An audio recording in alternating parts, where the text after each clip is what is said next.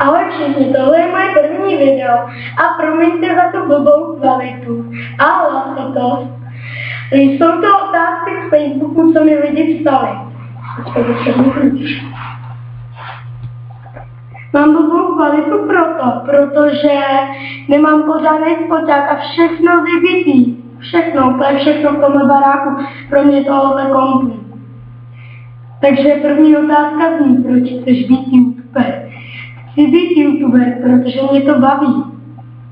To asi každýho youtubera, když začíná, tak o tom musel ho chtít bavit.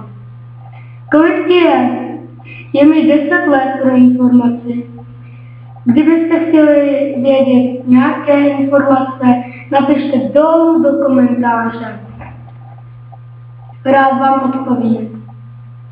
Do jaké třídy chodíš? Chodím do 4.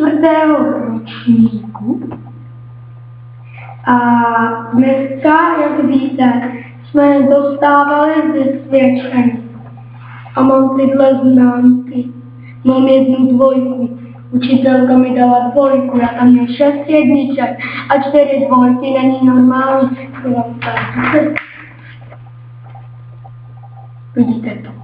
Chyběl jsem 108 hodin.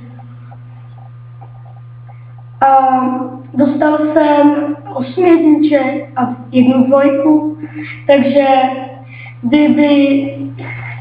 kdybyste chtěli, můžete napsat dolů do komentáře, jak jste dopadli s vysvědčením vy. A tohle je pro dnešní video vše.